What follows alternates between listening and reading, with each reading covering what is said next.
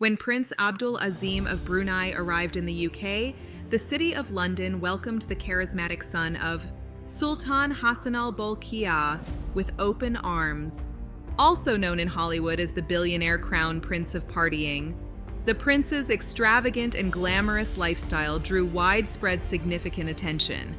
But was Prince Abdul Azim simply chasing his dreams, or was he fleeing from a deeper, more troubling problem?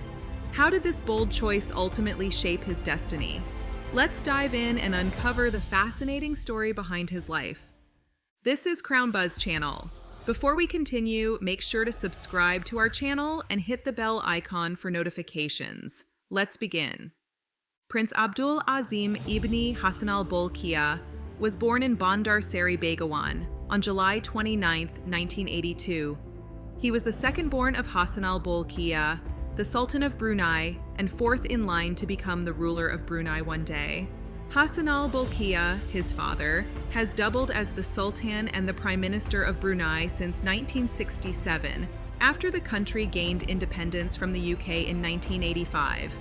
Since then, the Sultan has remained one of the richest people globally, with a net worth of about $20 billion, and he is still on the throne, which makes him the longest reigning monarch since the death of Elizabeth II.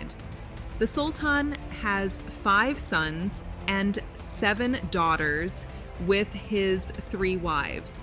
Prince Abdul Azim's mother, former Pengiran Istri Maryam Abdul Aziz, was the Sultan's second wife at the time, and their union lasted 21 years. You can learn more about her tragic life following her divorce with the Sultan by clicking on the top right corner.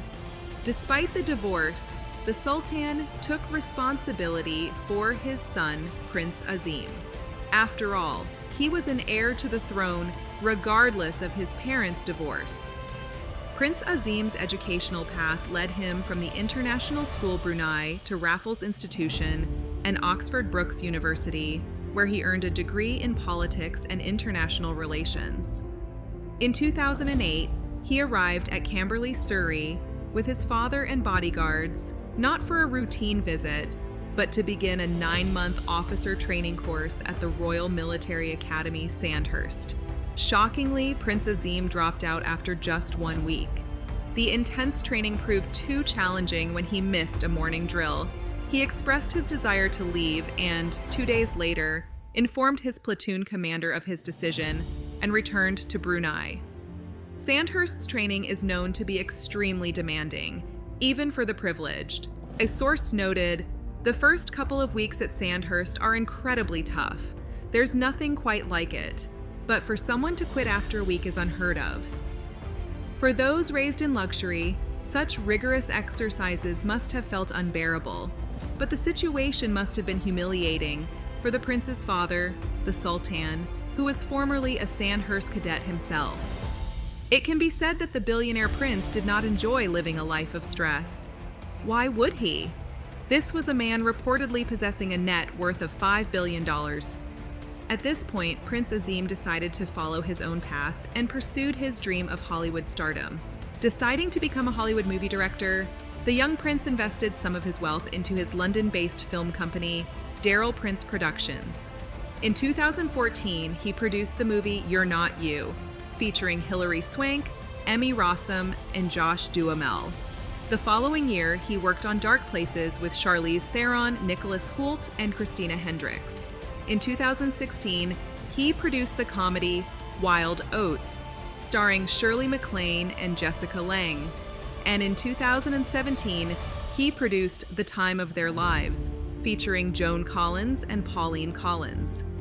In 2018, he was credited for The Happy Prince, starring Rupert Everett in his directorial debut, along with Colin Firth and Emily Watson. Prince Azim was living the dream, throwing lavish parties where attendees received gift bags worth $20,000, earning him the company of Hollywood's A-listers. His circle of friends included Michael Jackson, Jade Goody, Charlize Theron, Mariah Carey, Joan Collins, Misha Barton, Janet Jackson, and Scarlett Johansson, among others. Some of these friendships did not come cheap, as he was reported to have sent Mariah Carey a $3 million necklace by private jet. His unusual friendship with TV personality Jade Goody made him gift her a $30,000 ring. Many will say he sure knows how to go the extra mile for friendship, but those friendships would be tested when his father implemented Sharia law back home in Brunei. In a press release by the Prime Minister's office, the Sultan said they needed these laws to stay true to their beliefs and protect their country from bad influences. The punishment for breaking these laws would initially be fines or imprisonment, but according to reports, stoning, whipping, and amputation will eventually be included as punishments. Acts such as sexual intercourse outside of marriage or sex between consenting adults of the same gender would also be treated as crimes. It's no wonder the international community, including the UN and human rights groups such as Amnesty International, immediately criticized the move. It didn't make life easier for Prince Azim in Hollywood and London, given he had supported his father's decision at the cost of his famous friends, who identified with some of the things counted as crimes in New Brunei laws. Many people, including Jay Leno and John Legend, called the country's decision as harsh and old-fashioned. In fact, famous names like George Clooney boycotted the Dorchester Hotel in London owned by the Sultan. But despite all the criticism, the Sultan thought the move was a big success. Some people called it hypocritical for the Sultan to make laws when he and his family had broken similar rules in the past. For example, the Sultan mentioned making Brunei more conservative, Islamic, emphasizing equal rights. However, he has been known to be extravagant, and there were allegations that he and his brother Prince Jeffrey ran a harem. Even his son, Prince Azim, was literally living an exorbitant lifestyle right in Hollywood for the world to see. In fact, at some point in 2019, Perez Hilton, a blogger, revealed that Prince Azim was gay. When questioned, Prince Azim mentioned he wasn't bothered by being outed, but worried it might have hurt some people in the community. The Sharia law clearly punishes gay people with death. It is said that this hypocrisy led the community and his friends, some of whom were apparently gay, to turn their backs on him.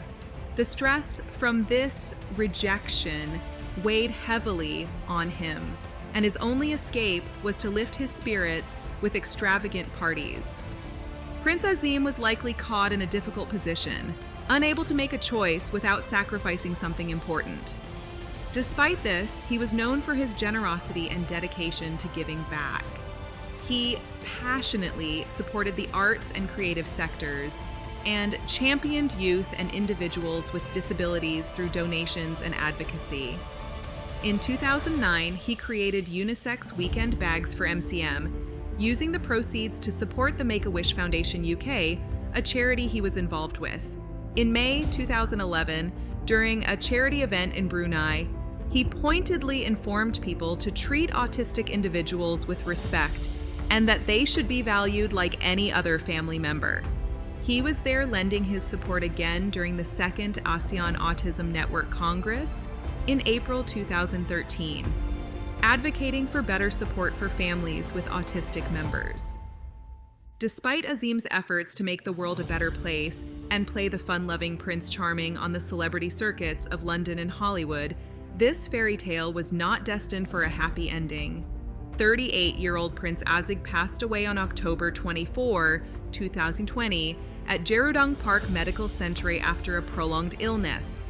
The news was delayed and only officially announced later that day. The cause of death was initially kept hidden. There was a 7-day mourning period in Brunei, with flags flown at half-mast. He was laid to rest next to his grandfather at the Royal Mausoleum in Bandar Seri Begawan. The funeral was attended by Brunei's royal family, dignitaries, and foreign guests, including representatives from Johor and Singapore, as well as some of his celebrity friends, including Janet Jackson and Daniel Lismore. 3 days later, Prince Abdul Mateen eventually revealed the cause of his brother's death on his Instagram.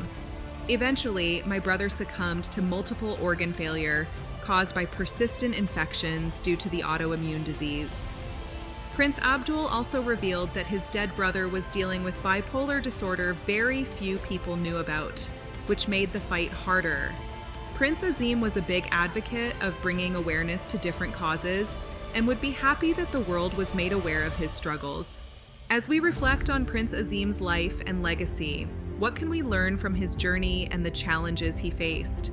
How can we continue his efforts in supporting mental health awareness and advocacy for those in need? Share your thoughts and join the conversation below.